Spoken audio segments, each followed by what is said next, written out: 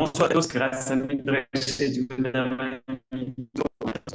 comme chaque jeudi, on attend impatiemment. Non? Non, Si on effectivement, m'entend?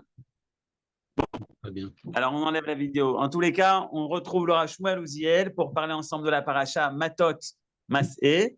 On veut parler avec vous du thème des femmes et vous avez intitulé le titre L'engagement des femmes comme héritage de la promesse. Bechavod. Erev Tov. J'espère que vous m'entendez normalement. Tout va bien? Oui, oui, très bien. Ok, c'est bon. Et donc, effectivement, on va voir dans la paracha de cette semaine pourquoi, je vais tout de suite vous le montrer, pourquoi effectivement la femme prend une tellement grande, la place, on peut dire que la femme prend dans la paracha est tellement grande par rapport a priori à ce qu'on aurait pu penser, au moins on aurait pu imaginer une certaine forme d'équilibre, comme ça, ou d'harmonie entre ce qui est dit sur l'homme, ce qui est dit sur la femme.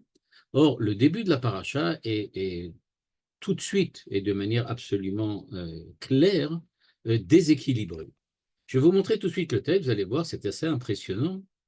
Et dans ce texte, ce que l'on voit, je ne peux toujours pas montrer le texte, il faut que Johan me libère.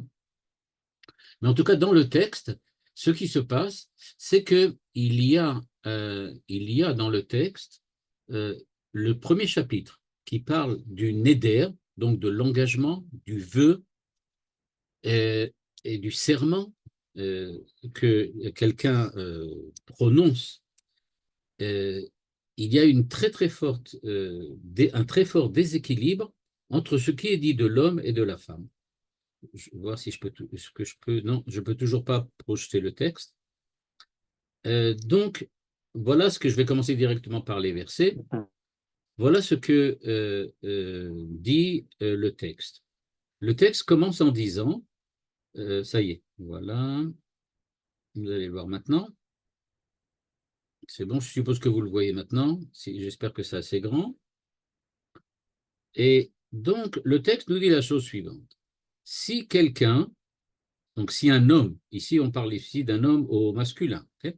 Si un homme donc prononce un serment ou bien un vœu, neder, chevoua, on va voir quelle est la différence entre les deux, eh bien, il doit absolument respecter le serment qu'il a prononcé. C'est ce que nous dit la Torah. Si un homme au masculin, donc Ish, prononce un serment, il doit absolument respecter ce qu'il a dit. Et commence maintenant, verset 4, donc ça c'est le verset 3, du verset 4 jusqu'au verset 17, on voit apparaître dans le texte, donc 14 versets pour nous dire qu'est-ce qui se passe si une femme prononce un serment. Et on a tous les cas possibles et imaginables, tous les cas de figure. Que se passe-t-il si elle prononce un serment quand elle est chez son père? Que se passe-t-il si, au moment de son mariage, elle avait déjà fait un serment et un vœu? Que va-t-il se passer maintenant qu'elle se marie?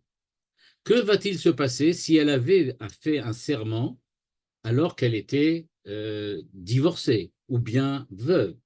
Quatrièmement, que se passe-t-il si elle prononce un serment quand elle est chez son mari marié? Donc, tous les cas de figure possibles et imaginables. Et là, on ne se contente pas simplement de dire qu'elle doit faire ce qu'elle a dit, ou bien le mari peut annuler, ou non, il y a toutes sortes de détails. Et s'il l'a entendu et il n'a rien dit, qu'est-ce qui va se passer, etc., etc., etc. Et ensuite, tout ça, ça se termine. Et les achukim, voici donc les lois, vous avez devant vous, c'est la ligne 17. Et les achukim, asher tziva Hashem et Moshe, benish le ishto, benav le bito, binurea, bet avia. Voici donc les lois, les décrets que Dieu a ordonnés à Moshe en ce qui concerne les relations entre un homme et sa femme, entre un père et sa fille, quand elle est dans sa jeunesse, elle habite chez ses parents. C'est-à-dire que Elé Achukim, a priori, porte, vous le voyez, seulement à partir du verset 4, parce que le verset 3 parle d'un homme masculin qui fait un serment.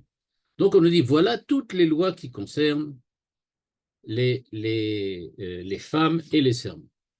Alors évidemment, Rachi tout de suite se pose la question, mais pourquoi cette longueur? Pourquoi la Torah se lance-t-elle dans des grands détails? On sait que pour les lois de Shabbat, il n'y a pas plus que quelques versets, vraiment, vraiment un minimum de versets, alors que là, pour les Nédarim et pour les Shavuot, on est véritablement submergé en, en termes de, j'aurais pu dire numérique, submergé complètement.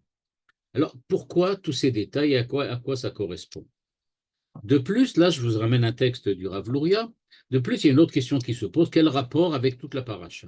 En effet, toute la paracha ensuite va parler, avant, après, va parler de la guerre de Midian. Quel rapport ça a? Pourquoi on nous a collé ça en plein milieu, cette histoire de vœux? Et évidemment, qu'est-ce que ça veut dire Neder et qu'est-ce que ça veut dire Shevoah? C'est-à-dire, qu'est-ce que c'est un vœu? Qu'est-ce que c'est un serment? Et donc, pour ça, ce que va faire le Rav Luria, moi, ce n'est pas tellement le texte du Rav Luria qui va nous intéresser, on va en faire une bonne partie, mais ce n'est pas vraiment le texte du Rav Luria qui m'intéresse, c'est surtout les conséquences de ce que ce texte va nous proposer. En effet, le Rav Luria dit il va falloir chercher à comprendre ça de manière beaucoup plus large. C'est-à-dire, si on a l'habitude, ou on peut dire comme ça du point de vue du pshat, c'est-à-dire du sens littéral de la Torah, que le verset 17 veuille dire que Elea Chukim, voici les lois du serment, des vœux que Dieu a ordonnés en ce qui concerne la femme quand elle est chez son mari ou quand elle est à la maison, lui propose de lire ça d'une manière un petit peu différente. Il nous dit une phrase pareille, Elea Chukim asher tziva Hashem et Moshe benish leishto, si je traduis littéralement, ça veut dire voici les lois que Dieu a ordonnées à Moshe en ce qui concerne les relations entre le mari et sa femme et un père et une fille. De là, il en déduit, et c'est ça qui devient très très intéressant, de là, il en déduit qu'en fait, ce que la Torah écrit ici, et on peut dire le fait qu'elle s'allonge tellement, tellement longtemps sur ce sujet du serment, c'est parce que ça nous décrit ce que doit être la relation entre un homme et une femme et entre un père et une fille. C'est-à-dire que ce n'est pas du tout pour nous expliquer uniquement les lois des serments et des vœux, mais c'est parce que c'est une manière, on peut dire comme ça, de décrire ce que doit être la relation homme-femme, père-fille. Et le Rav Luria nous dit, oui, mais ça, je ne veux pas dire qu'on n'en a rien à faire, mais bon, c'est un petit peu exagéré aussi. Ok, d'accord, les femmes, c'est important, mais on ne va pas y passer la semaine. On ne va pas rentrer, on va pas raconter tout ça, toute la paracha, nous raconter, alors voilà, quand elle est chez son mari, quand elle veut. Bon, d'accord, ça va, c'est bon. On a compris.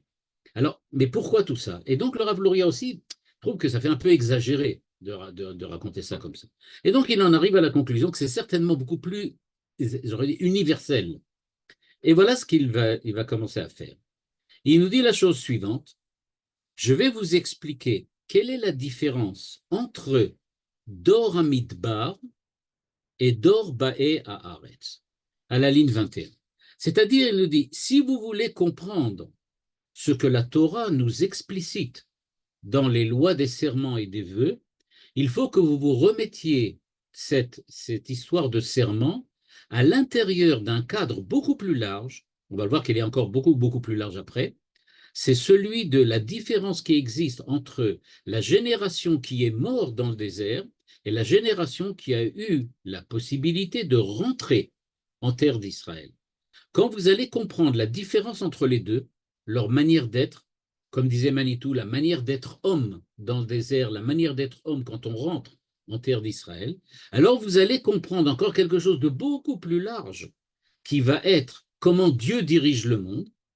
Quand vous comprendrez comment Dieu dirige le monde, vous allez pouvoir comprendre pourquoi la Torah nous raconte cette histoire des vœux et de les relations entre l'homme et sa femme, entre le père et sa fille.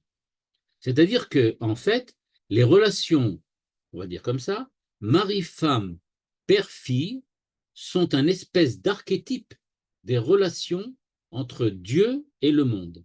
Et c'est pour ça que la Torah en parle tellement longuement. Et c'est ce qui va nous expliciter maintenant. Et cette relation particulière entre Dieu et le monde, c'est aussi, on peut dire comme ça, une relation particulière entre l'homme d'Israël est le désert, l'homme d'Israël est l'entrée en Terre Sainte.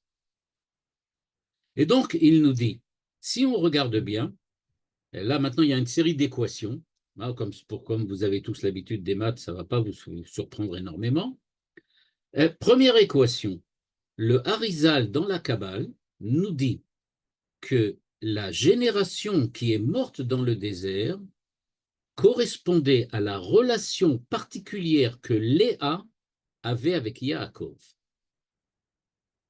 On va commencer, c'est la première équation. Donc, Léa et Yaakov, c'est un amour particulier, une certaine relation particulière. Le Harizal dit, oui, c'est ce que les enfants d'Israël ont vécu au moment où ils étaient dans le désert. Alors, qui était Rachel? Eh bien, Rachel, c'est la relation particulière que la génération qui est rentrée en Israël a eue avec Dieu, c'est ce que l'on appelle Rachel. Donc, il nous dit, il y a Rachel et Léa. Donc, déjà, on voit, ce n'est pas la même chose. Je vous rappelle, par exemple, que le Rav Tzvi Yehuda Kook donc, enseignait de la manière suivante.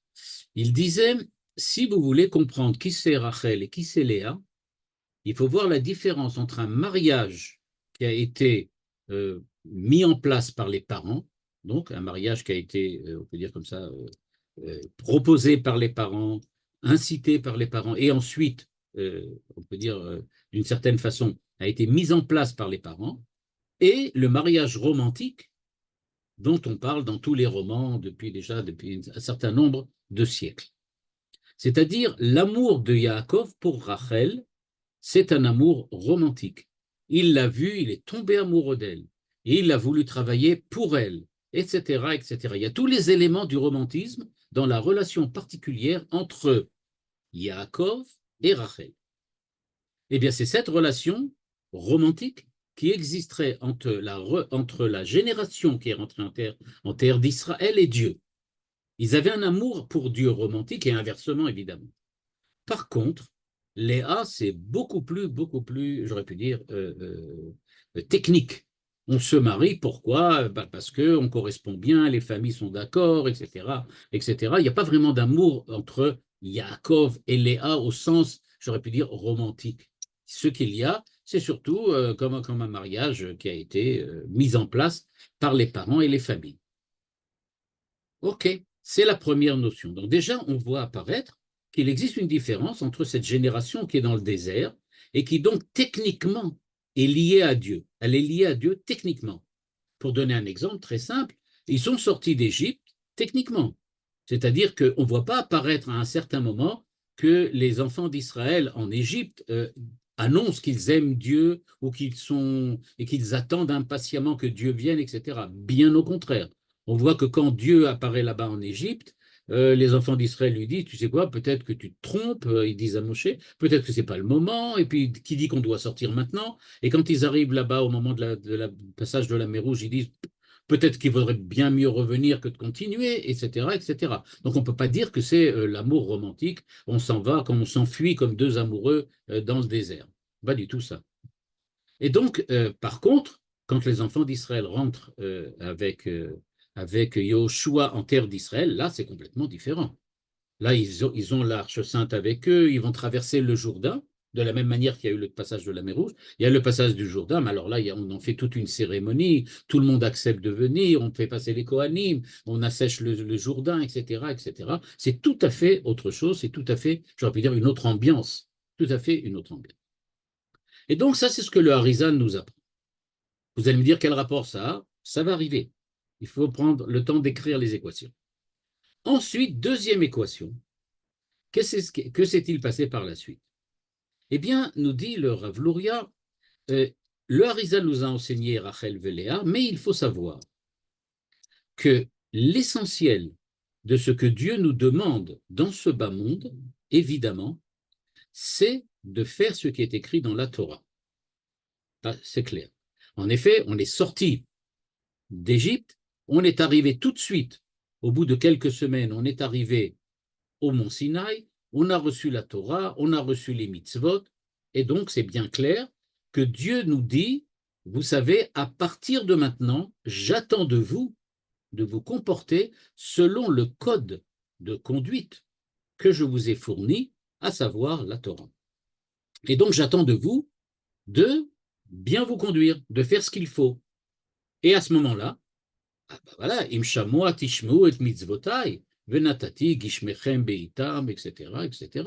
Et si vous faites la Torah, vous aurez la pluie, vous aurez le bonheur, vous aurez la paix, vous aurez la guerre, mais vous allez la gagner, etc., etc., etc. Donc, c'est-à-dire, nous dit le Rav Luria, donc, deuxième dimension parallèle à celle de Léa et de Rachel, c'est qu'on voit que ce que Dieu demande, c'est qu'il y ait une espèce j'aurais pu dire, d'autonomie d'un certain point de vue de l'homme d'Israël, c'est-à-dire qu'il ait le choix d'accomplir ou non la Torah, mais qu'à partir du moment où il accomplit la Torah, il puisse bénéficier des bienfaits que Dieu lui donne, du chesed que Dieu lui donne. Et donc, ce que nous dit la Torah, elle nous dit, je fais dépendre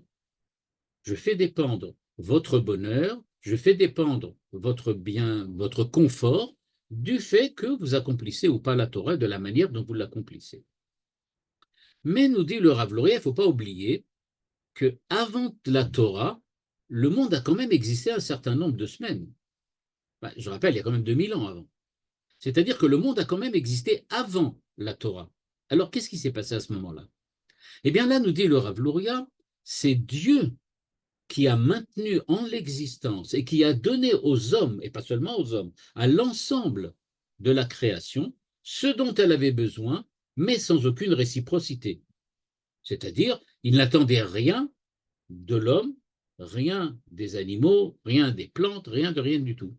C'est-à-dire, Dieu a donné, et ensuite les hommes ont fait ce qu'ils ont voulu.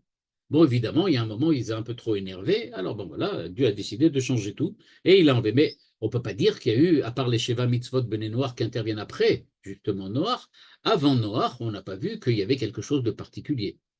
Il n'y avait pas de halachot, il n'y avait pas de mitzvot. Ce n'était pas, en tout cas, de cette façon-là que, on peut dire, le régime divin s'opérait à l'intérieur de la création. Nous dit le Rav Luria, dans les termes toujours du Harizal, on appelle ça, et pour nous, ça va juste être une terminologie, je ne vais pas rentrer trop dans le détail de cela, on appelait ça, c'est-à-dire la façon dont Dieu a soutenu, dirigé le monde avant de demander de faire des mitzvot à l'homme, on appelait ça ce qu'on appelle Igulim, la circularité, le cercle. Un petit peu comme les lois de la nature. Les lois de la nature, c'est comme des cercles, c'est-à-dire ça tourne. Ça, c'est une bonne machine, une machine qui tourne bien. C'est-à-dire, il y a des lois, les choses tombent, elles reviennent, il y a je ne sais pas moi, il y a la pluie, etc. Tout ça, ça marche de manière plus ou moins, ça fonctionne de toute façon très bien avec des lois. Par contre, quand on parle de faire des mitzvot, on parle de yosher, de rectiligne, quelque chose qui est une droite. Or, yosher, ça veut dire que l'homme est directement en ligne droite, j'aurais pu dire, relié à Dieu. Donc, le cercle représente ce qui se passe dans le monde quand Dieu n'intervient pas, à savoir, Dieu laisse le monde, vous savez, vous connaissez le concept de Manitou dont on a parlé très souvent, le Shabbat de la création, le Shabbat de Dieu, pardon, dans lequel nous vivons aujourd'hui. C'est-à-dire, Dieu se retire le 7e jour, il laisse le monde aux lois de la nature, au Igulim, à cette circularité, au fait que les lois fonctionnent par elles-mêmes, et donc il laisse tout ça, le monde, et on attendra le mont Sinaï pour revenir à la ligne droite. La ligne droite va réapparaître comme mont Sinaï, avant il ne s'agit que de circularité. Et là, ça dépend de l'homme. Très bien.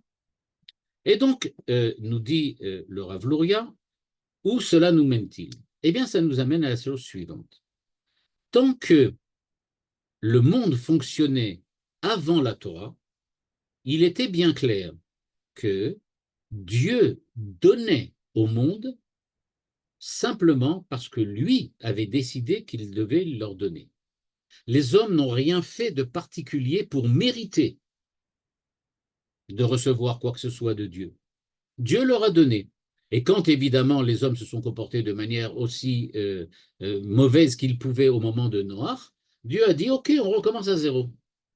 Mais il n'en demeure pas moins qu'il n'y a pas eu véritablement de mitzvot comme sur le mont Sinaï. On n'a pas dit, on n'en voit pas apparaître, à part ce que Dieu dit à Adam Arishon, on ne voit pas apparaître Dieu et dire aux hommes, vous devez faire telle et telle chose, sinon, vous allez avoir des problèmes. Et donc, indépendamment du fait que l'homme doit être quelqu'un de bien et d'être moral, il n'en demeure pas moins que tant que la Torah n'a pas été donnée, il n'y avait pas véritablement, j'aurais pu dire, une demande, ou plutôt comme ça, une injonction divine à ce que l'homme se comporte de telle ou telle manière et pas autrement.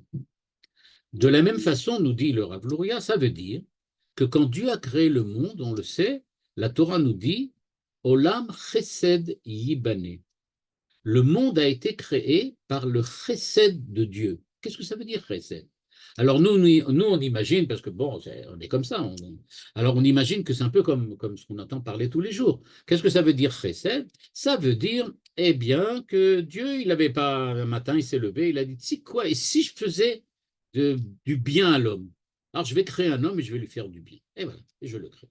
En fait, nous dit le Rav Luria, c'est pas aussi simple que ça. Chesed, ça veut dire que Dieu a créé l'homme, mais une fois qu'il a créé l'homme, la manière dont il dirigeait l'humanité n'était pas selon les mérites de l'humanité, mais selon ses propres désirs à lui, à Dieu, les désirs divins. Dieu désirait donner, et donc il a donné. L'homme a reçu parce que Dieu voulait lui donner. Et donc, ce qui s'est produit, qu'il le mérite ou qu'il ne le mérite pas, eh bien, il faut savoir que les hommes, jusqu'au don de la Torah, se levaient le matin, il y avait de l'air, il y avait à manger, il y avait à boire, etc., etc. Et on ne leur demandait rien de particulier, véritablement. Il n'y avait pas une injonction particulière, même si depuis Adam Arishon, on savait qu'il y avait une massorette qu'il fallait se comporter de telle ou telle manière. C'est ce qu'on appelait donc la circularité. Le fait que le monde fonctionne avec ses lois. Ça tourne bien. On dirait en fait, ça tourne rond. Voilà, tout tourne rond. Par contre, quand est intervenu le mont Sinaï, nous dit le Rav Luria, là, ça a complètement changé. Là, on parle maintenant de verticalité, on peut dire d'une certaine façon, d'une droite. Maintenant, ça dépend de l'homme. Dieu dit, moi, je ne suis pas prêt à vous donner les choses comme ça. Voyons voir si vous les méritez. Parce que, nous dit le Rav Luria, comme ça a été enseigné par Rabbi Moshe Chaim Luzzatto, yes, la notion de mérite et évidemment surtout ce qui va avec la notion de pudeur, de honte. Pourquoi? Parce que quand on reçoit gratuitement, par un don gratuit, chesed, on reçoit gratuitement de Dieu sans aucun mérite, on arrive évidemment à avoir honte, c'est-à-dire on dit mais je ne mérite pas d'avoir tout ça, je l'ai quand même. Alors pourquoi Dieu me donne-t-il de cette manière-là? Ça peut pas, c'est quelque chose de bizarre, c'est pas supportable pour l'homme. Et donc je ne mérite pas telle et telle chose, moi je veux recevoir pour mon mérite. C'est-à-dire en fait, au moment du chesed de Dieu, l'homme a l'impression qu'il n'est pas respecté. Pourquoi? Je fais n'importe quoi, tu me donnes quand même. Alors, qu'est-ce que ça veut dire ça? Ça veut dire qu'en fait, je compte pour rien. Je suis transparent, comme on dit aujourd'hui. Je suis transparent. Je fais n'importe quoi, de toute façon, tu me donnes. Alors, ça veut dire que j'ai aucune valeur à tes yeux. En fait, tu es complètement indifférent. Tu ne me regardes pas, tu m'intéresses, je ne t'intéresse pas. On peut faire ce qu'on veut, de toutes les façons, tu nous donnes, et puis c'est tout. Il dit non, dit le Ramchal, Moshe Chaim Luzzatto, il dit l'homme a dit non, moi je veux absolument que j'ai une certaine valeur, une certaine dignité. Cette dignité me manque tant que on peut dire comme ça, tu ne t'intéresses pas à ce que je fais. Et donc c'est pour ça qu'à partir de maintenant, ce qu'on appelle donc le yosher, la verticalité ou la droite, c'est-à-dire la relation directe avec Dieu, maintenant, nous dit le Rav Luria, c'est pour cela que ça a changé et à partir du don de la Torah, tout a changé. Évidemment, ça a un rapport avec ce qu'on a vu tout à l'heure entre les deux générations, on va voir pourquoi. Le Rav Luria maintenant nous dit, maintenant que je vous ai raconté tout ça, vous allez pouvoir comprendre pourquoi dans ce verset, j'aurais pu dire mystérieux, de la fin de ce paragraphe, c'est-à-dire le verset 17 que vous avez devant vous, Ele achukim asher tziva Hashem et Moshe, ben ish le ishto, ben av le bito. Qu'est-ce que ça veut dire? entre l'homme et sa femme, entre le père et sa fille. Eh bien, nous dit le Rav Luria, il faut savoir que Ben Av le Bito, la relation qui existe entre un père et une fille, et la relation qui existe entre un mari et une femme, c'est précisément la relation qu'on appelle Igulim et Yosher.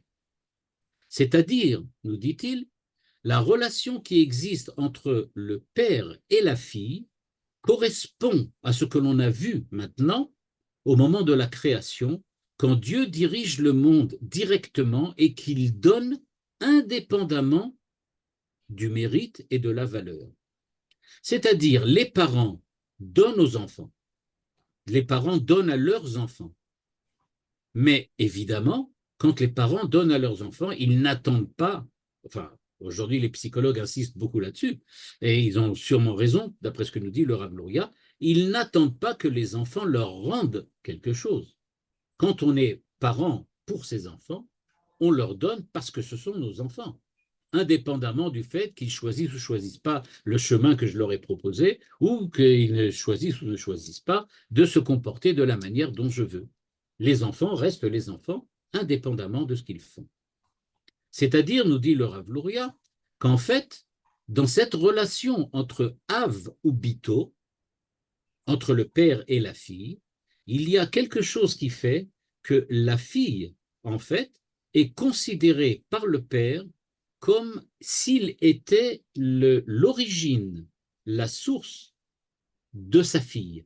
C'est-à-dire, il se sent obligé envers sa fille, il se sent obligé envers sa fille, je vais développer ça tout de suite, parce que, nous dit-il, c'est sa fille, elle vient de lui, c'est d'une certaine façon lui. Et donc, nous dit le Rav Luria, c'était exactement comme ça que Dieu dirigeait le monde avant le don de la Torah. C'est-à-dire qu'il dirigeait le monde en donnant au monde parce que c'est lui qui l'avait créé. De la même manière que la fille provient du Père, le monde provenait de Dieu. Évidemment, ce n'est pas exactement la même façon de créer et de procréer, ce n'est pas la même chose. Mais il y a en tout cas cette relation, nous dit le Rav Luria. Et c'est donc cette relation qui est très importante parce que le Père est à l'origine de sa fille et donc c'est pour cela qu'il lui a donné. Il lui donne tout ce qu'elle a besoin, etc. Et d'un certain point de vue, il y a aussi, nous dit le Rav Luria, ligne 34, une asymétrie. Il y a une asymétrie. Pourquoi? Parce que père-fille, ce n'est pas quelque chose qui est horizontal. Le père n'est pas au niveau de sa fille. Le père, d'un certain point de vue, nous dit le Rav Luria, il est Elion, il est au-dessus de sa fille, ou Mashpia la tartonne. Et il donne à quelqu'un qui est inférieur. Il y a pas seulement une espèce, mais une véritable asymétrie entre Dieu et le monde avant la Torah. C'est ce que nous dit ici le Rav Luria. Avant la Torah, il y a une asymétrie. Pourquoi? Dieu donne au monde parce que le monde a été créé. Et c'est donc la décision du Dieu supérieur, je peux dire le Dieu ultime, de donner, le Dieu suprême de donner à la créature. Par contre, nous dit-il, après le don de la Torah, on retrouve maintenant Ben Ish le Ishto. La relation entre Dieu et Israël change complètement. Il ne s'agit plus du tout de Israël, le monde qui vient de Dieu, qui provient de Dieu, créé par Dieu. Mais il s'agit de ce qu'on appelle Anagat Yosher, le contact direct, le lien direct entre Dieu et son peuple. Mais ce lien direct, contrairement à ce que j'avais commencé à expliquer, il n'est pas vertical tellement, il est même horizontal. Pourquoi il est horizontal? Parce que Ben Ish le Ishto, Dieu est marié avec Israël, il est marié avec l'humanité, il est marié avec le monde. C'est horizontal. C'est-à-dire que puisqu'ils sont mariés, il y a donc une alliance entre Dieu et Israël, évidemment, Brit, on en avait parlé plusieurs fois avec André Neher, et donc il y a une alliance, Brit, et il y a aussi, j'aurais pu dire, un engagement. Et cet engagement, aussi étonnant que ça paraisse, et c'est ça qu'il va falloir expliquer maintenant, cet engagement englobe Dieu et Israël. Nous sommes engagés par rapport à Dieu et Dieu est engagé par rapport à nous. C'est donc, nous dit le Rav Luria, la Torah nous décrit les vœux et les serments de la femme quand elle est mariée et quand elle est dans la maison de son père, parce que le monde est dirigé, et l'homme est dirigé, et Israël est dirigé, selon deux modalités complètement différentes. Une certaine modalité, c'est ce que l'on appelle père-fille, dans lequel Dieu donne indépendamment du comportement, indépendamment de la conduite de l'homme, et il y a une deuxième modalité complètement différente, qui est celle dont il y a une espèce de relation d'égal à égal, qui s'appelle Yosher, qui est entre le mari et sa femme. Alors maintenant, je vais expliquer, c'est ça qui m'intéresse plus particulièrement, je vais essayer d'expliquer maintenant, alors, de quoi s'agit-il et en fait, de quoi le Rav Luria, en fait, nous propose ici. Le Rav Luria nous propose une clé de lecture exceptionnelle pour comprendre, et vous allez le voir par la suite, j'espère qu'on aura le temps de le voir, il va nous montrer qu'il y a énormément d'épisodes de la Torah qui tournent autour de ces deux façons dont Dieu a décidé de diriger le monde, l'humanité, Israël. C'est-à-dire, ou bien selon Midat HaChesed, c'est-à-dire qu'il est supérieur et qu'il donne, sans tenir compte de ce qui se passe, sans tenir compte de la conduite, et le fait qu'il y a des fois où il insiste pardon, sur la manière dont nous nous conduisons. Je rappelle que pendant toute l'année, avant Yom Kippour et Rosh Hashanah, nous, on a vraiment l'impression qu'on vit dans les Higoulim. On ne voit pas que Dieu nous dit alors qu'est-ce qui se passe, etc. Et quand arrivent les Yamim Noraim au mois de Tishri, alors là, on commence tous à voir les chocottes. On dit, ah là, attention, quoi, Dieu maintenant, il va vérifier exactement ce que j'ai fait. Oh, ben là, même, pendant toute l'année, moi, j'ai laissé tomber, j'ai pas vraiment agi comme il fallait. Et donc maintenant, on dit, ah oui, d'accord, bah, attention, maintenant, on va jeûner, on va prier, on va faire les slichot, on se réveille brusquement, et on rentre, c'est la panique et c'est l'angoisse. On dit, oh là là, c'est terrible, les Yamim Noraim, c'est angoissant. Et pourquoi c'est angoissant? Parce que pendant toute l'année, on est persuadé qu'il n'y a que des Goulim. Mais c'est pas faux. C'est pas faux. Puisque, comme le dit très bien le Rav Moshe Cordovero, un grand kabbaliste du XVIIe siècle, à Tzfat, qui était un des maîtres du Harizal, qui disait Nosé avon ve'over al pesha. On dit à Dieu, dans les 13 midot, Nosé avon ve'over al pesha. Nosé avon, il supporte la faute. C'est-à-dire que durant toute l'année, on faute envers lui, mais lui ne réagit pas. On est vraiment dans les Higoulim. C'est-à-dire que durant toute l'année, on a reçu la Torah, et donc Dieu aurait pu dire, ah, qu'est-ce qui se passe? Tu viens de transgresser la Torah, punition, tout de suite, sanction. En tout cas, au moins réaction. Mais non, il n'y a pas de réaction, rien du tout. Nous, on continue, et alors donc on se dit bêtement, évidemment, on se dit bêtement, bah oui, puisque ça a marché jusqu'à maintenant, bah on va continuer. Et pourquoi on s'embêterait? On ressemble un petit peu à celui qui est tombé d'un gratte-ciel et qui tombe vers le bas, et qui, tant qu'il est en train de tomber, il dit, après tout, pour le moment, il n'y a aucun problème, tout va bien. Et c'est quand on arrive en bas qu'on se rend compte que Yom Kippour, oui, là, ça ne marche plus. Donc, ça existe, les Higoulim. Ça existe durant toute l'année, nous dit le Rav Luria. Mais il faut faire attention. Alors, qu'est-ce que c'est que ces Higoulim? Et pourquoi c'est représenté par la relation père-fille? Eh bien, tout simplement, je veux dire tout simplement, non, ce n'est pas vraiment simple, mais ce que nous dit le Rav Luria, c'est comme ça. La première chose à remarquer, il y a Elion et Tarton, c'est-à-dire qu'il y a une asymétrie. Nous vivons on peut dire comme ça, dans une période, dans un espace asymétrique. Tout d'abord, Dieu a toujours été là et nous, on est venus à un certain moment. Première asymétrie. Deuxièmement, évidemment, Dieu sait ce qu'il faut faire exactement. Et nous, on peut dire que non, on ne sait pas toujours comment il faut réagir et on n'est pas toujours sûr de nous-mêmes. Troisièmement, et là, c'est l'asymétrie, on peut dire beaucoup plus grande que celle que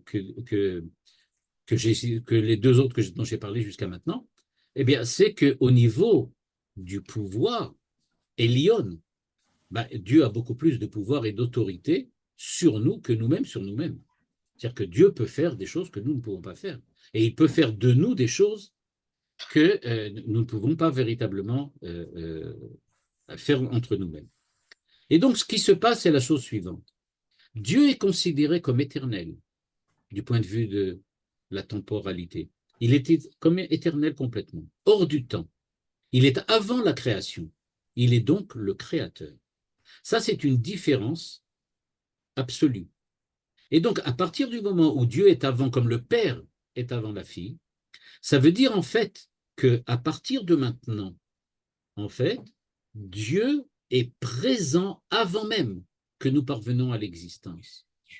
Et donc, dans cette manière d'être et dans cette manière de diriger le monde, Dieu, on peut dire d'une certaine façon, est déjà dans l'éternité alors que nous, on est encore en train de se débattre dans le temps.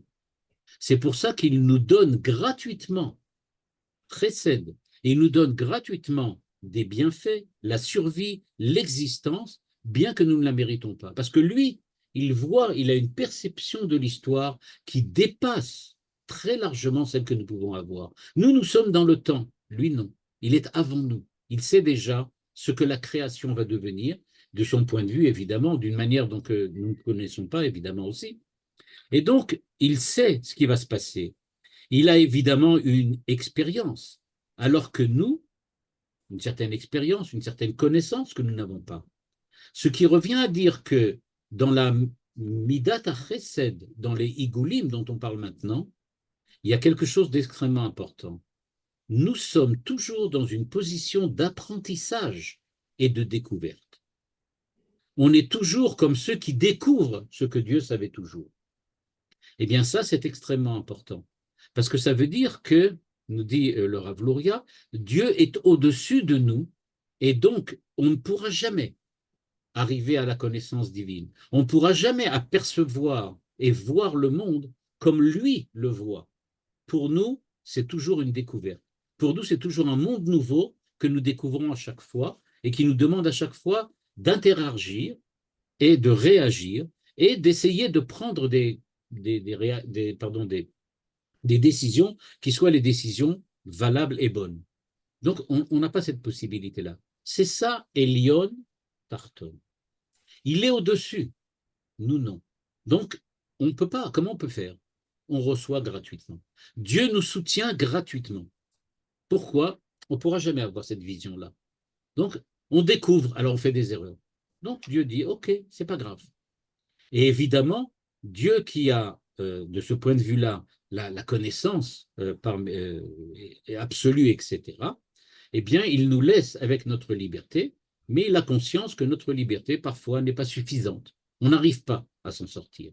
Donc, on a besoin des igoulim. On a besoin de ce chesed. On a besoin que Dieu donne, même si nous ne le méritions pas. Mais d'un autre côté, ça implique aussi autre chose. Si Dieu était avant, eh bien, il est donc responsable de nous. Il nous a créés, c'est-à-dire qu'il est responsable de nous. Dans les Igoulim, pourquoi on reçoit ça gratuitement? Parce que, nous dit le Rav Luria, Olam Chesed Yibane. Dieu a créé le monde avec Midat HaChesed, avec le don gratuit. Et pourquoi Dieu a-t-il créé le monde avec le don gratuit? Parce que précisément, il est responsable envers nous. Il est véritablement responsable envers nous. Et cette responsabilité qu'il y a envers nous, c'est une responsabilité qui est infinie. Et c'est comme de la même manière ici, il n'y a pas de réciprocité. Il n'attend rien de nous. Il est responsable de nous. D'une certaine façon, on parle d'Israël, peuple élu. On peut dire comme ça, okay? Peuple choisi. Am Nifra. C'est vrai, c'est peut-être vrai. Mais d'un autre côté, Dieu, lui, est Nifrar aussi. Il est aussi élu d'une certaine façon. Il est celui qui a la responsabilité de la création.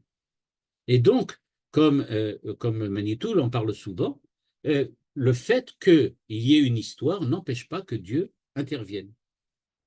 Et donc, cette responsabilité que Dieu a, c'est précède. C'est pas que Dieu a choisi, c'est qu'il a décidé que comme c'est comme cela que ça sera, c'est-à-dire que ça ne dépendra pas de nous. Troisièmement, et là on va déjà déboucher sur la dimension de mari et de femme, père-fille, ça veut dire aussi d'une certaine façon que Dieu donne même si nous ne méritons pas. Okay, mais quand on dit cette phrase-là, je ne sais pas si vous avez remarqué, mais on dit quelque chose d'une énormité sans fin. Ça veut donc dire qu'en fait, Dieu nous laisse être autre que lui, autre que ce qu'il veut, autre que ce qu'il désire. S'il nous donne, si nous ne méritons pas, ça veut dire qu'on a la possibilité, la faculté, la capacité d'être autre que ce qu'il veut de nous. C'est énorme. Ça veut dire que Dieu ne nous impose pas d'être ce que nous sommes. Et donc, dans la responsabilité du Père envers la fille, ce qui se dévoile aussi au niveau de Dieu, c'est que de la même façon que le Père a un devoir de respect envers sa fille, même si c'est lui qui l'a créée, même si c'est lui qui la dirige, mais il a un devoir de respect envers elle parce qu'elle est autre. Le monde, c'est pas Dieu. Et donc Dieu en est conscient, et donc Dieu accepte cette réalité qu'il va véritablement donner à la création ce qu'il pense qu'il faut lui donner, mais elle est une entité à part entière.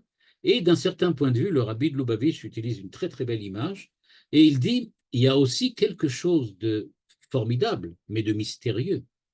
Parce que quand le rabbi de Lubavitch explique cela au sujet du chet, il dit, comment un homme peut-il parvenir à fauter?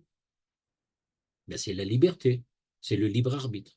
Et le rabbi de Lubavitch d'ajouter, ce qui véritablement surprend Dieu, la seule chose qui le surprend, c'est quand un homme faute.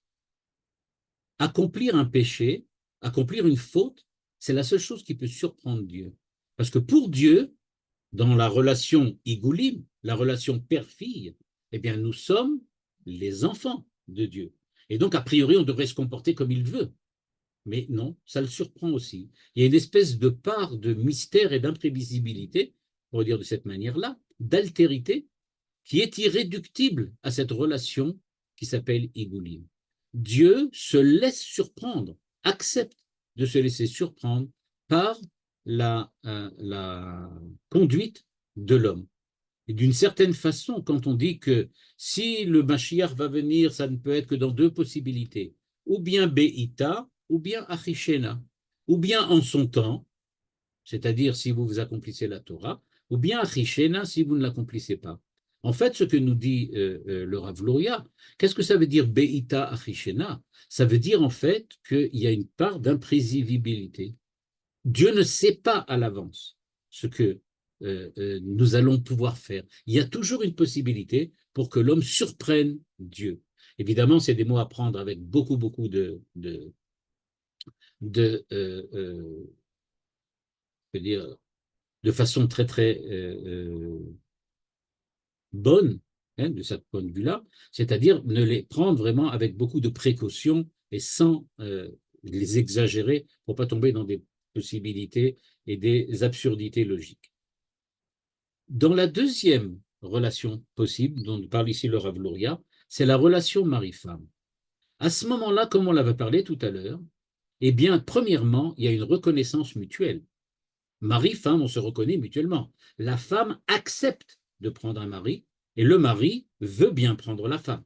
C'est-à-dire qu'il y a une véritable relation entre les deux. Dieu reconnaît l'homme comme un sujet autonome. C'est pour ça qu'il lui donne des mitzvot. La Torah, ça suppose et ça présuppose que nous soyons autonomes, qu'on ait un libre arbitre. Et évidemment, moi, l'homme, les hommes, l'humanité, on reconnaît Dieu comme celui qui est l'origine des mitzvot. Donc il y a une véritable relation, on se reconnaît. Il nous reconnaît comme des êtres libres, nous le reconnaissons comme celui qui nous demande de faire quelque chose. D'un certain point de vue, Dieu donne, mais il attend de recevoir. L'homme reçoit, mais il se doit de donner. Et donc la vision de la relation entre Dieu et l'homme au niveau du Yosher, au niveau de Rachel, c'est donc une vision complètement différente. C'est une vision mari-femme dans laquelle la relation n'est plus statique, dans laquelle tout va de haut en bas, Dieu donne parce qu'il a décidé de créer le monde, mais au contraire, c'est une vision dynamique dans laquelle il y a tout le temps une espèce de co-construction de la relation. Nous construisons notre relation avec Dieu. C'est ça le mari et femme. Et d'un certain point de vue, comme dirait Manitou, l'identité de l'homme se forme évidemment dans sa relation avec Dieu, et l'identité que Dieu prend aux yeux de l'homme est évidemment construite aussi à travers la façon dont il est interactif avec l'humanité. L'identité humaine est donc tout le temps liée intrinsèquement avec l'homme. Enfin, quand maintenant on parle toujours de cette relation particulière, il faut voir qu'il y a véritablement une dimension complètement différente de l'homme qui va se créer. Cette dimension, c'est celle de celui qui est, j'aurais pu dire, face à son Créateur. Nous ne sommes pas en dessous, nous ne recevons pas de Dieu. Nous sommes face à lui. Nous sommes en relation directe. À partir de là, on comprend maintenant que toutes les halachot, toutes les lois concernant, voilà, je vous ramène les versets là devant vous maintenant, toutes les lois qui concernent ici maintenant l'homme, la femme, le père, la fille, etc., à la maison, au mariage, après le divorce, etc., vous comprenez maintenant qu'il s'agit de situations existentielles de l'humanité ou des situations existentielles d'Israël durant son histoire. Et on peut parler donc de la galoute, quand on parle par exemple de Groucha. On peut parler donc de la mort quand on va parler de Almana. On peut parler maintenant de la fille qui est dans la maison. C'est évidemment au moment où Israël dépend encore de Dieu, c'est-à-dire la période dans laquelle Israël était tout le temps en contact avec Dieu et recevait de Dieu en permanence les injonctions grâce aux prophètes, grâce à la Torah, etc. Et évidemment, le mariage, c'est quand tout se passe bien, le moment du Beth Amikdash, etc. Donc nous dit en fait le Rav Luria, pourquoi la Torah s'est tellement allongée, on peut dire, sur toutes ces lois, c'est parce qu'en fait, on est en train de nous décrire exactement toutes les situations possibles de relation entre Dieu et l'homme, depuis ce qu'il appelle Ish ve'isha, c'est-à-dire la situation dans laquelle on est en contact horizontal avec Dieu, linéaire, ou bien ce qui est plutôt vertical, le don, et à ce moment-là, c'est ce qu'il appelle Igulim, la circularité. Or, nous dit le Rav Luria, si vous regardez bien maintenant, vous allez comprendre qu'il y a énormément d'épisodes de la Torah qui tournent précisément autour de cette distinction entre ce qu'il appelle la relation père-fille et la relation mari-femme. Par exemple, que se passe-t-il dans la célèbre discussion qui dit quand est-ce que le monde a été créé? Est-ce que le monde a été créé en Tishri ou en Nissan? Eh bien, ceux qui pensent Tishri, ils pensent évidemment circularité. Ils parlent de la création du monde en tant que tel, c'est-à-dire le monde naturel, le monde des lois. Et donc ils disent, on ne peut pas vivre sans les lois de la nature. On ne peut pas vivre sans le chesed de Dieu. Heureusement qu'il y a le chesed de Dieu durant toute l'année, parce que sinon, si c'était Rosh Hashanah, Yom Kippour durant toute l'année, on ne pourrait pas survivre, on n'arriverait pas à tenir. Déjà comme ça, 10 jours, c'est suffisant, mais alors quand on est en plus pendant l'année, si ça durait pendant 12 mois, on n'arriverait pas à tenir une telle situation. Donc il dit, c'est ceux qui pensent Tishri, pensent la circularité. Ça, on en a besoin tout le temps. Mais il y en a d'autres qui disent, non, pas du tout. Rabbi Yehuda dit, non, pas du tout. On parle de Nissan, Nivra Olam. On parle de Nissan, la sortie d'Égypte, le don de la Torah, c'est-à-dire, eh bien, l'horizontalité, la droite entre Dieu et l'homme, c'est-à-dire Ish ve Isha. Quand Dieu s'est dévoilé dans le monde, il a effectivement créé le monde. Donc, le monde a été créé, évidemment, avec les Igoulim, avec un père-fille. Tout est une relation père-fille. Et les autres qui répondent, non, ce sont des relations homme-femme, comme on les voit apparaître au mont Sinaï. Et c'est donc effectivement cette relation qui fait qu'il y a maintenant une différence entre les deux. Maintenant, quand on regarde maintenant le don de la Torah lui-même, dans le don de la Torah lui-même, on l'a vu il n'y a pas longtemps, il y a eu deux épisodes très importants dont on avait déjà parlé. C'est ici entre la ligne 26 et la ligne 30.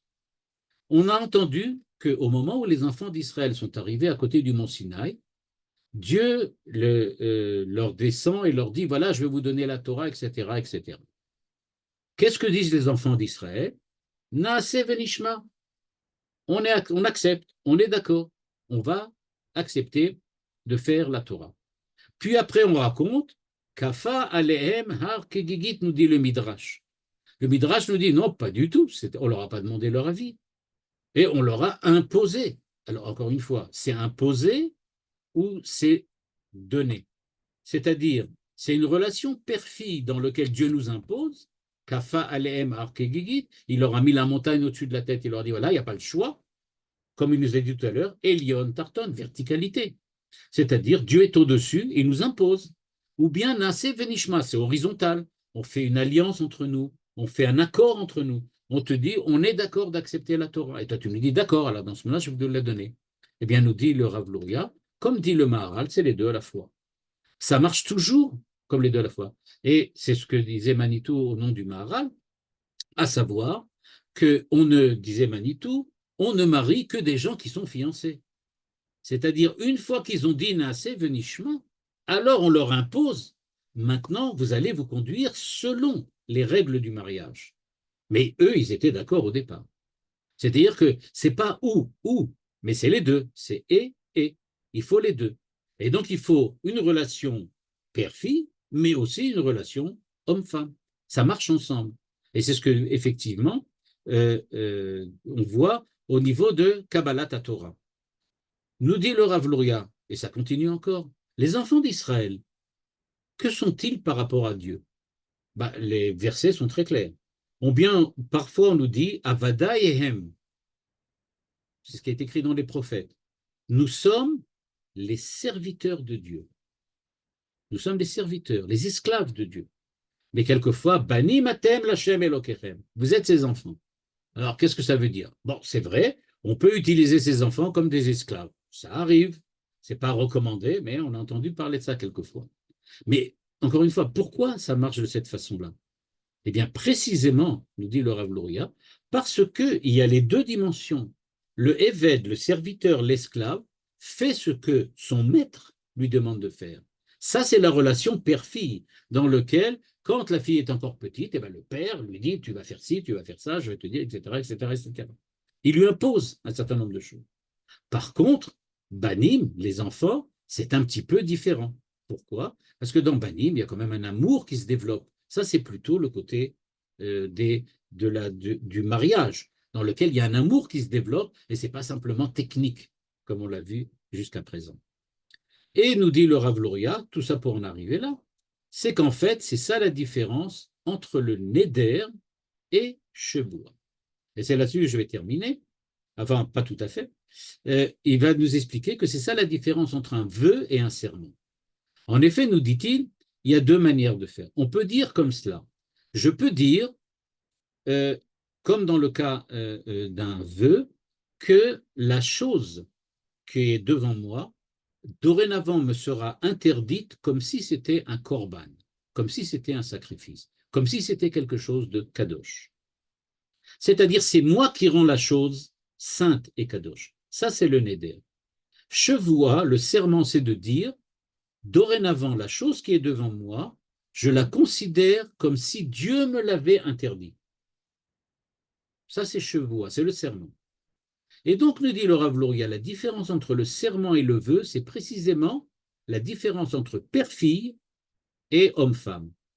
Le vœu, c'est moi qui accepte de considérer que la chose qui est devant moi est sanctifiée.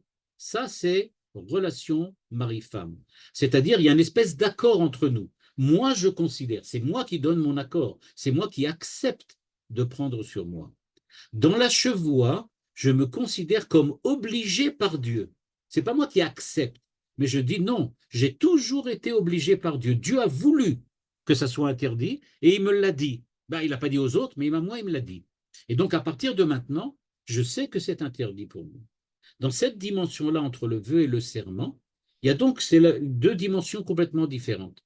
Le serment, C'est donc évidemment quand je viens et je dis Dieu m'interdit de manger cela, donc je ne mange plus. Et c'est donc Dieu m'interdit, ça vient de Dieu lui-même. C'est comme un père qui dit à sa fille non, tu ne sors pas dehors. Par contre, dans le vœu, c'est moi qui dis je considère que cette chose devant moi est sanctifiée. Donc pour moi, elle est sanctifiée. Pour les autres, non. Eux, ils peuvent en faire ce qu'ils veulent. Pour moi, c'est sanctifié. Donc il dit c'est encore deux dimensions. Enfin, nous dit le Rav Luria, eh bien c'est ce qu'elle va nous expliquer pourquoi ça a un rapport avec les enfants d'Israël qui rentrent en terre d'Israël et la génération qui vivait dans le désert. La génération qui vivait dans le désert, nous dit le Rav Luria, dépendait complètement et totalement de Dieu. Ils ne travaillaient pas, ils ne labouraient pas la terre, ils ne défendaient pas leur territoire, ils n'avaient pas d'armée au sens où nous en avons une aujourd'hui, et la seule chose qu'ils faisaient, c'est qu'ils étaient protégés par Dieu avec les nuées, ils avaient de l'eau qu'on leur donnait à manger, ils avaient la manne qui descendait du ciel, et à chaque fois qu'il y avait des problèmes, les pauvres, ils étaient frappés tout de suite parce que c'était une relation père-fille, dans laquelle tout le temps, il y avait, on peut dire, une réaction directement de sanctions à chaque fois qu'ils faisaient quelque chose. Maintenant, quand ils arrivent en terre d'Israël, et c'est pour ça que cette paracha d'Eldarim nous est dit maintenant, avant la guerre de Midian, eh bien, ce qui se passe, c'est que précisément maintenant, on arrive en terre d'Israël, c'est à nous de créer une armée, c'est à nous de créer des institutions, c'est à nous de labourer la terre, c'est à nous de travailler, c'est à nous de faire ce qu'il faut. Tout dépend maintenant de nous. Et Dieu nous dit, comme dans le Kriyat Shema, ça va être sur ton cœur, les paroles. Et si oui, à ce moment-là, tu recevras la pluie, tu recevras la paix, etc., etc. Donc en fait, du Rav Luria aujourd'hui, ce qu'on apprend, c'est qu'il faut savoir que les vœux et les serments ne sont pas, aux yeux du Rav Luria, simplement une question technique de savoir qu'est-ce qu'on fait quand on a fait un serment ou un vœu.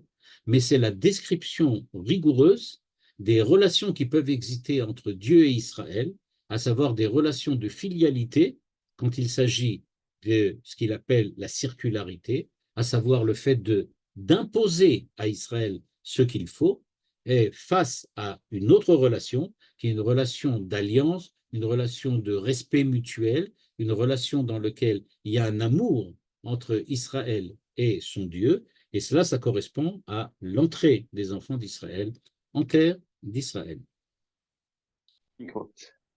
Toda Rabba, Rav Uziel, c'était riche, dense, magnifique. J'imagine qu'il y a des questions. Moi, j'ai une question. À un moment, vous avez parlé de Yosher et vous avez dit Rachel. Est-ce que j'ai bien entendu ou pas? Que Rachel était lié au Yosher. Oui. D'après le Rav Luria, oui. C'est-à-dire, elle est liée au Yosher parce que lui voulait citer ça comme une relation d'amour. C'est-à-dire qu'elle est véritablement la véritable femme de Yaakov, alors que Léa est plutôt considérée comme sa fille, à la limite. C'est-à-dire Ok, que les relations, elles sont des relations techniques entre les deux, alors que les relations de Rachel sont des relations d'amour et des relations de couple, on peut dire, d'une certaine façon. Vous pouviez préciser le cercle. Moi, je voudrais savoir comment la notion de cercle est arrivée dans cette relation que vous nous avez parlé très très clairement que c'était. Mais qu'est-ce que le cercle veut dire? La circularité, ça veut dire que, pour donner un exemple, la circularité, ça veut dire que les choses reviennent toujours, que tout est toujours, j'aurais pu dire, et exactement comme les lois de la nature. Je vous donne un exemple. Un tzaddik qui décide de sauter par la fenêtre, il mourra de la même manière qu'un chien idiot qui saute par la fenêtre. Peu importe. C'est-à-dire que les lois de la nature sont circulaires, c'est-à-dire que la notion de cercle, c'est quelque chose qui revient sur lui-même. La loi, elle est que tous les corps tombent. C'est une loi. C'est circulaire dans le sens que ça ne peut pas changer. Ça ne tient pas compte de qui le fait et qui ne le fait pas. C'est une loi. C'est Il pour n'y a ça pas qu'on le parle de point, circularité. la notion du point du centre. C'est pas le centre ici, mais plutôt le fait que ça revient sur lui-même. Il n'y Dans a tous pas de les cas, point, c'est la il n'y a même pas de conduite. centre inclus là-dedans, qu'elle est Non, toujours à la même distance. non, non. c'est deux descriptions. C'est deux descriptions différentes. Même en maths, c'est deux descriptions différentes. Et Yosher, qu'est-ce que serait donc là par Le rapport au Yosher, c'est cercle une relation directe, ici. C'est la relation directe entre deux points. Il horizontal? est lié horizontal entre deux points. On veut lier deux points, alors on va tirer un trait. Dans le vocabulaire de Manitou, d'abord, magnifique cours, hein, merci beaucoup. Dans le vocabulaire de Manitou, le cercle, c'est l'impersonnel, et la droite, c'est la relation personnelle. Et si on revient à la Kabbalah, le Tzimtzum, ça commence par Egoulim, et puis Exactement. ça tient pas, ça marche pas. Et alors, il faut que ça revienne tout droit. Ma question, c'est la faute de Chava. C'est Oui. quoi? C'est le refuge du Rigoulim? Alors, la faute de Chava, c'est par rapport à une mitzvah déjà. C'est-à-dire que Chava et Adam, eux, vivaient déjà selon le mode de la Torah, en ce sens qu'ils avaient reçu une mitzvah et quelque chose à accomplir. Donc, c'était déjà au niveau du mariage. Mais c'est un fait que là, il y a une Ils ont pas été d'accord. Comment? Le mariage, Adam, Chava et Dieu, il n'y avait pas d'accord, c'était imposé. C'est comme ça, il est venu, bon. Remarquez, oui, les autres, on peut dire ça peut-être comme ça. C'est au moment de la rencontre entre Adam et Chava qu'il accepte que c'est avec elle. Oui, d'accord. C'est-à-dire, on peut dire comme ça, c'est ce que Manitou rappelait toujours. Manitou rappelait que quand il dit Va Adam Yada et Chava Ishto, quand donc il a connu, il s'est marié, ils ont eu des relations, il nous dit, Rachid dit Kvar. Et Manitou disait toujours, c'est contre le christianisme. Le christianisme dit que les relations sexuelles, c'est toujours en dehors du paradis, en dehors du Gan Eden, parce que c'est quelque chose de tamé, de quelque chose d'impur. Donc, péché.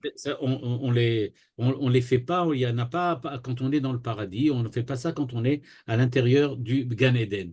Or, on dit Kvar. C'est-à-dire qu'il y avait déjà des relations avant. Il y a déjà des relations avant. Ils sont déjà mariés. Parce qu'il y a déjà des mitzvot, en fait.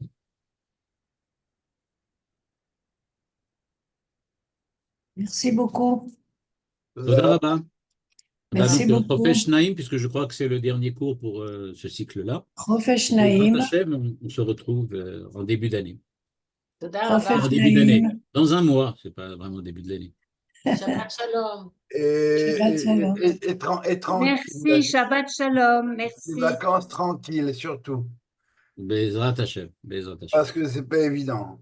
Non, c'est pas du tout. Pas évident. Comme dit Amen, Claude, Toda Rabba. Kol Touf. Toda Rabba, Kol Tov. Kol Touf.